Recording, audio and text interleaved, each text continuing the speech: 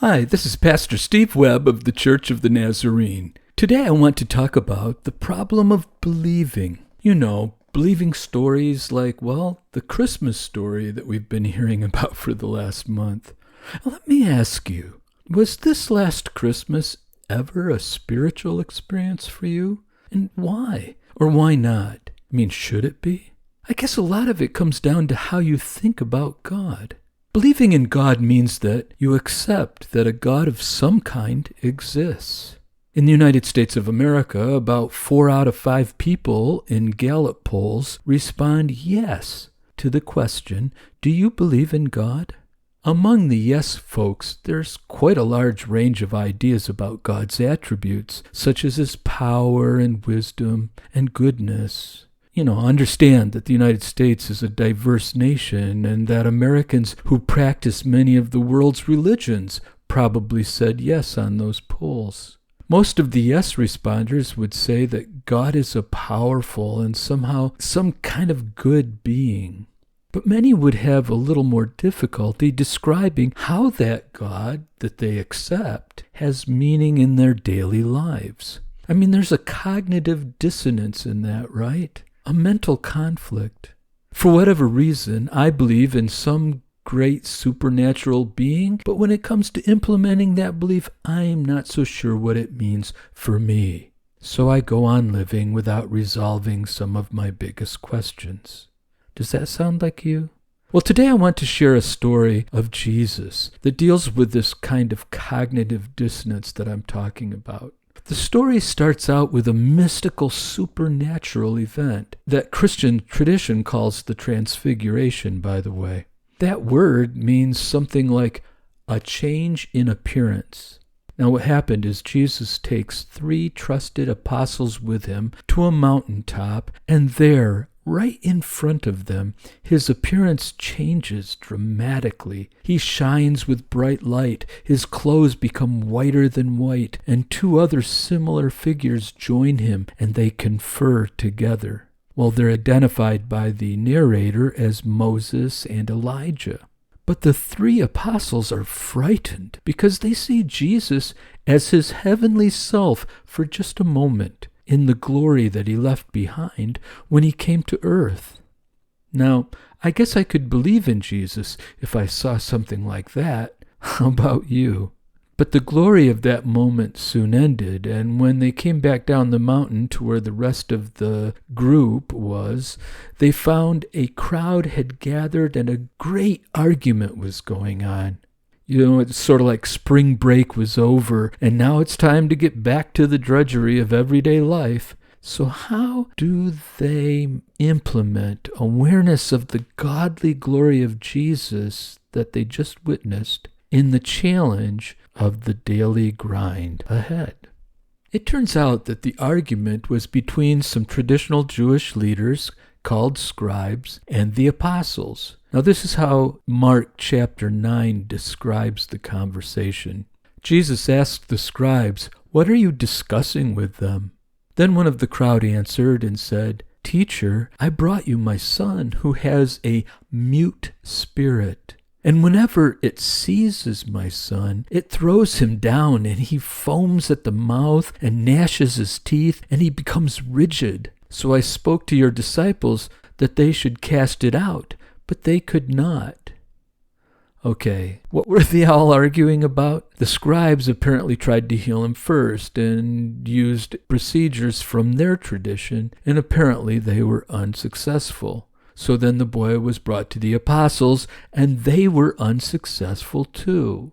I imagine that they were all arguing about how the other guys were doctrinally incorrect. Stuff like that. They all believe in God, but they don't agree on how to ask God to heal the boy. Now let me take a moment to interject something here. In modern society, we're a little bit skittish about talking about demons and such, right? But the description of the boy's symptoms as epilepsy, well, nobody in their day understood anything about organic disorders of the brain. What they knew was that something would overtake him and he'd lose control of his body. His parents would say that he didn't seem to be present. He wasn't himself. and he'd lose control of his body. There were no symptoms they could see on his person, only the loss of control. All they knew was something very wrong was happening to the boy. It's hard to imagine the suffering of these people, by the way. The explanation that he was taken over by a demon was how they understood it, because it explained what they could see. And it's a workable explanation, isn't it? In the absence of knowledge of brain disorders. Now Jesus is going to heal this boy, and the people are going to believe that he exorcises a demon, and the Bible text is going to describe it that way. That was the state of their medical knowledge. Now, I'm not saying there aren't evil beings in the world. Actually, I really think there are. In fact, our modern society also seems to believe it. They're fixated on the idea. How many shows on Netflix right now have evil forces and demons and bad guys that are monsters? Well, all that may just be Hollywood fiction, but let's just say that that kind of product sells very well to a population that actually fears these things. In Jesus' day, they feared demons too. And with no other explanation for epilepsy, they understood what was happening to the boy as a demon. So was it a demon or was it epilepsy? Mark calls it a demon possession in the biblical text. A demon that induces symptoms of epilepsy. Reading the text that way, Jesus reveals his power and authority over the supernatural beings of this world when he simply speaks and commands it out of the boy. It shrieks and it leaves. Apparently it takes a shot at the boy and he collapses unconscious.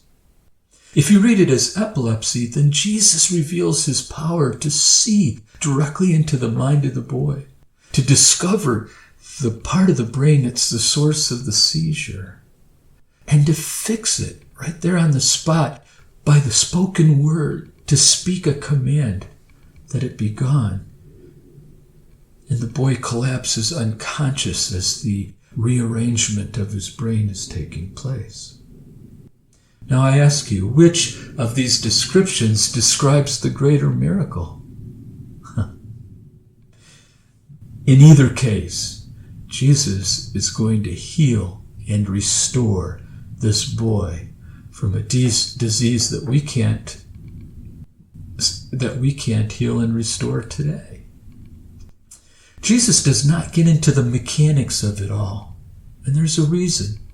Trusting in the God that you believe doesn't mean that you're going to have all the answers.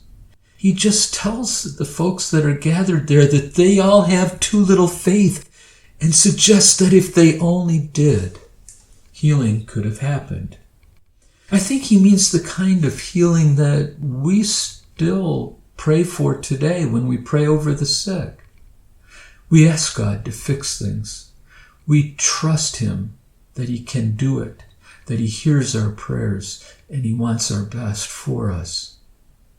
Well, anyway, Jesus asks the people to bring the boy over to him.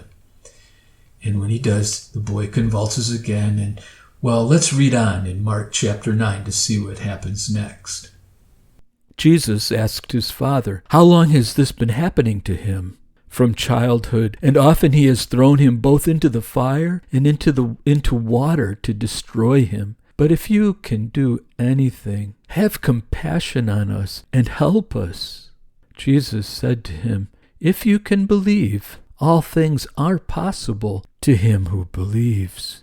Now let me just say that in the Bible stories of Jesus, he often challenges the person that he is about to bless to say or do something that indicates they have faith. And that is what is happening here. I think Jesus says this for the rest of the crowd, too. It is as if he is saying, so you fought over how to work a miracle, how to do an exorcism, and nothing worked. But you didn't believe it would work even as you tried to do it. So what did you think was going to happen? If you take Jesus' words at face value here, The possibility of healing is open. It was throughout. He's saying, Father of the boy, do you believe God is able? Can you trust God to do the right thing here for your son? Can you accept the result even if it doesn't work out the way you wanted it to? Everyone here, do you see that while you were arguing over technique and doctrine and philosophy, the real problem here is your faith? Okay, let's continue reading in Mark chapter 9 to see what happens. Jesus said to him, if you can believe, all things are possible to him who believes. And immediately the father of the child cried out, and he said through his tears, Lord, I believe, help my unbelief. And when Jesus saw that the people came running over to see what was going on, he rebuked the unclean spirit, saying to it, Deaf and dumb spirit, I command you, come out of him and enter him no more. And then the spirit cried out, convulsed the boy greatly, and came out of him. And the boy became as one dead, so that many said, He's dead. But Jesus took him by the hand and lifted him up, and he arose. Well, there it is. As soon as the father expressed enough faith to believe, and before everyone could run over there to see what was going on, Jesus immediately commanded the boy to be healed, and he was. This is the concept that I want to present today, that the magic happened when the father said, I believe, help me with my unbelief. I needed to present the whole account for the context. You see, the father had enough faith to take the boy to the temple and ask for their help. He probably brought sacrifices. I bet he was willing to do anything to cure that boy. But when that didn't work, he took him to see Jesus, probably because the news of his miracles were well known. You see, when the father sought help, he was demonstrating belief in the religious system. He had enough faith to keep trying, even to put his money where his mouth was, and it was that faith that kept hope alive for him. But when Jesus tells him that all things are possible to those who believe, there is a surge of hope which brings out an immediate exclamation from the man. Jesus is asking him if he understands that there is a kind of belief that works. Apparently, religiosity is not enough. And the father seems to intuitively grasp that when he says, I believe, help my unbelief. He sees that there's a further faith that he lacks. He has unbelief at the same time. It is not about intensity or quantity of belief. It is about believing that Jesus is the one who can heal his boy and that Jesus will actually answer his prayer. Now, I think this is a very contemporary situation. You see, we're a nation with belief in God, but most of us are not regular about our religious practice. And when tough times come, we aren't sure about what to pray or how to pray or even that prayers matter. We're so very much like the father in this story, who opened his conversation with Jesus by saying, if you can do anything, have compassion on us. I gotta say, that opening word, if, is a very big problem. You have belief and unbelief at the same time. You believe in God, but don't believe it matters. So what's the solution? Jesus says all things are possible if you believe. We can talk about how wide open that statement is another time, but for now, let us be careful not to limit it. Jesus didn't when he said it. And the man asks Jesus for help with his unbelief. His questions and uncertainty didn't go away, except for one thing. He now believed that Jesus could help him with the unbelief. He asks Jesus straight out to help him with it. And again, that's when the miracle happens. I think the lesson for us today is to always start from where we believe and to pray for help with the rest. For example, say you're one of the 80% who believe in God. Well, good. Then say a prayer and ask for help with the rest. Something like, Lord, I believe in you. Help me to believe that you can help me with my problem. And please work out the best answer for me. I don't know how all this stuff works, but I believe you can help me. I mean it. I believe that's enough. We don't trust God out of what we don't believe, but out of what we do believe. And Jesus says that belief is effective and sufficient. By the way, later after Jesus heals the boy, his disciples asked him privately, "Why could we not cast the demon out?" So Jesus said to them, "This kind can come out by nothing but prayer and fasting." Now, those practices were simply what the apostles had been taught to do regularly all their lives, to do these things before God on a daily basis. Jesus is saying to seek God to lead you if you want to see God's intervention in your life. Live a life that acknowledges the God you believe in if you want a blessed life. Trust God if you want Him to intervene. Trusting in God means that one is willing to rely on Him, to obey what you understand about Him, and to follow His will even when it is difficult or unclear, even if the outcome isn't what you were hoping for. So this then is the source of the dissonance we talked about at the beginning of this talk. When we believe, but we don't trust, we have an idea in our head, but we don't have a motivation in our hearts. Belief without follow-through is ineffective. In James chapter 2 it says, "Oh, you believe in God? Even the demons do, and they shudder. Faith without works is dead." We must trust.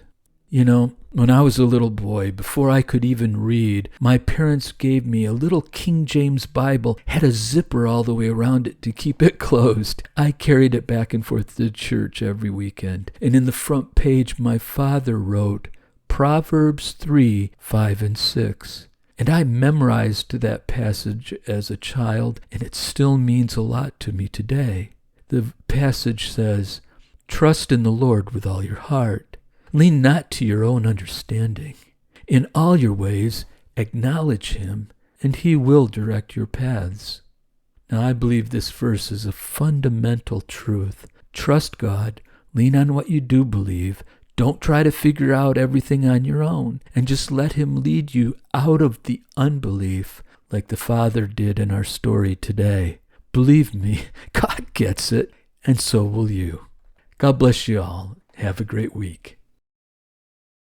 Hi, this is a special message from Pastor Steve. If you found this video helpful, or if you think other people would, please subscribe to the channel and also like this individual video. YouTube doesn't decide whether to share a video with others based on the quality of the video or anything like that. They share based on how many people have shown an interest. The more interest there is, the more they share it. So please help me spread these messages. Subscribe, like, and by all means share the link with your friends, okay? Thanks a lot, and God bless you.